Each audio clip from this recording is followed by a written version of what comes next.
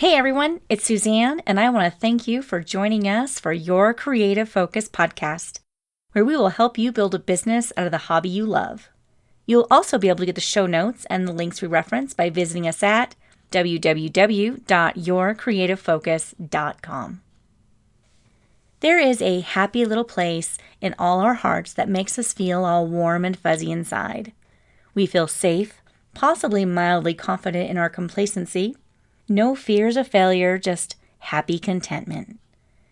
This is also referred to as stagnant, or perhaps you would prefer comfort zone, because it sounds happier. And truly, finding and having a happy place or comfort zone can be quite wonderful. However, if you never leave that place of safety, will you ever grow?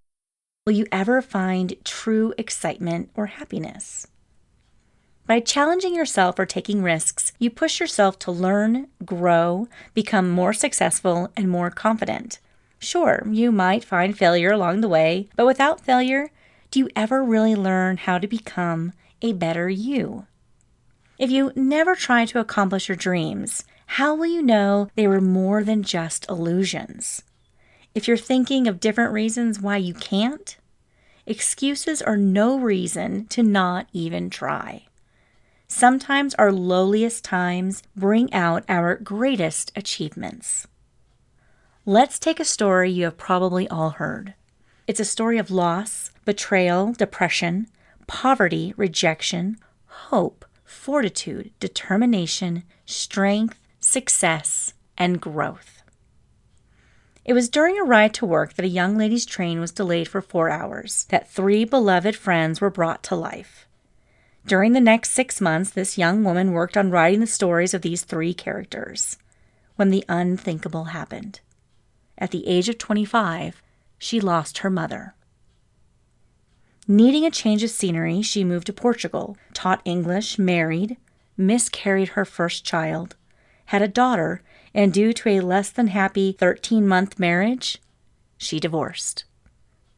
With her infant daughter in tow and 3 finished chapters of her dream, she moved to Scotland to be closer to her sister. Jobless, penniless, and living on welfare, she went through a terrible depression, had thoughts of suicide, yet continued to write. Rejection letter after rejection letter came in the mail, until one day in 1997, she received her first acceptance letter. Due to the fact the target audience of her book were young boys, the publishers requested she only use the first initial of her name, since a woman author was less appealing. She also decided to include the letter K as her middle initial in honor of her grandmother. If you haven't figured out who our dreamer is, she is now estimated to be worth about $1 billion. Her beloved series of 7 books has sold over 450 million copies and has won numerous awards, been made into movies, and graces the fabric of someone's very special bunkie bag. The lady who never stopped, who looked adversity in the eyes and said F you, is none other than J.K. Rowling, the author of Harry Potter. Dreams and goals come in many different shapes and sizes, from J.K. Rowling wanting to publish a book to starting a business, being on a design team, finding an uninterrupted hour to read, or time to just relax. Regardless of the size, they all have one thing in common. You, your dreams, your hopes. Your growth starts with you. It starts with swallowing your fear of failure, removing the excuses you have insulated yourself in, and it ends with you taking that first step into the unknown. In December 2016, several women had the same dream: to one day be on a design team. They weren't quite sure how to do it or where to start, but they took a step in the right direction by signing up for an online class, How to Be on a Design Team. During the class, these ladies started their first blogs, worked on the quality of their cards, improved their photography skills, and when they were feeling more confident in their cards, they applied to design teams. It was during this time that these ladies became friends in the private Facebook group for the class they were taking. They were supportive of each other's work, cheered each other on when they applied for teams, gave feedback on each other's blogs, and 5 months later, they wanted to expand their knowledge even further. With absolutely zero experience, Teresa DeWitt Pierce suggested to the group that they should do a blog hop. And for those of you who have never participated or organized a hop, they are a ton of work. But these amazing women stepped out of their comfort zones. Not only did Teresa, Mary Kay, Vicky, Sarah, Lisa, and Marcia organize and participate in a hop, they pulled together over $200 in prizes to give away. But it doesn't stop there. After the hop, Teresa scheduled a call to discuss what they had learned. Not because they had to, but because they wanted to learn and grow. They are investing the time into themselves and their dreams. They are not giving up when things don't go the way they had hoped. Instead, they learn from it, better themselves, and continue to move forward. It doesn't matter if you're a J.K. Rowling or the ladies who dream of being on a design team. If you want it badly enough, go after it. Find out what you need to do. Take chances. Dedicate yourself. Build a support group and continue to grow your dreams. If you never step out of your comfort zone, you'll never get to where you want to be. Can you imagine if J.K. Rowling put down her pen and paper after her mother died? What would have happened to the stamping world if Ileana stopped making the Misties because the work of manufacturing them herself was too great?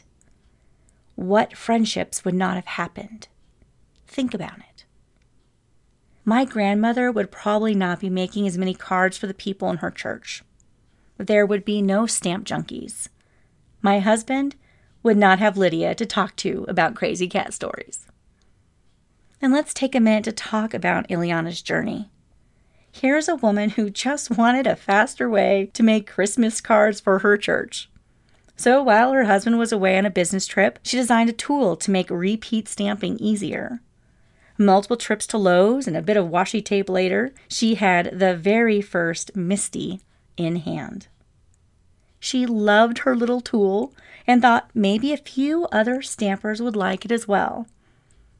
Her husband agreed to spend a little bit of money so Ileana could hand make 50 and see if they would sell. I remember those first releases, and her little release of 50 Misties were gone in mere minutes. Needless to say, people loved them.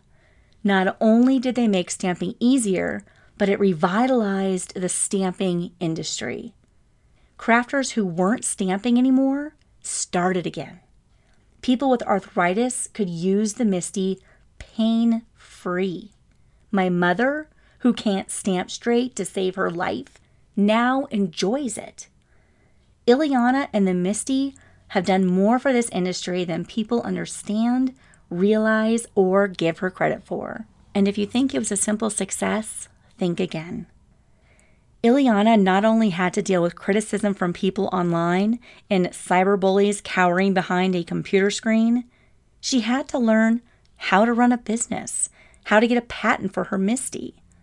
Companies were blatantly stealing her design, some even going so far as to call it a musty. Really? Musty? I have seen people get butthurt because a fellow crafter cased one of their cards and didn't give them credit. Imagine how Ileana felt to have her invention being copied and then ridiculed for standing up for herself. Most of us would have curled up into little balls in the fetal position and went into full hysterical sobbing with mandatory daily therapy sessions from the hate she endured. But not Ileana. She continued to move forward. She believed in the Misty, in herself, and in the people who loved the Misty. She found a manufacturer so she didn't have to continue to make them by hand. In 2016, the Misty won CHA's Hot Product Award, and finally, after all the hard work, copycats and haters, the patent came through in April of 2017. Ileana is proof that anyone with an idea, passion, drive, determination, with a little bit of honey badger mixed in, can achieve a dream. She could have just made Christmas cards the old-fashioned way, but she didn't. She stepped out of her comfort zone. She experimented, learned, persevered, and continues to grow. I, for one, find inspiration in all of these ladies, and I hope that those of you listening find the motivation to get out of your comfort zone and grow your dream. Whatever it may be, starting a business, launching a podcast, being on a design team, designing stamps, becoming an author, or moving to a new state and starting over. Chase after it and don't give up. Work hard, push on, and keep growing. Until next time, this is Suzanne, and you have been listening to Your Creative Focus Podcast. Happy dreaming!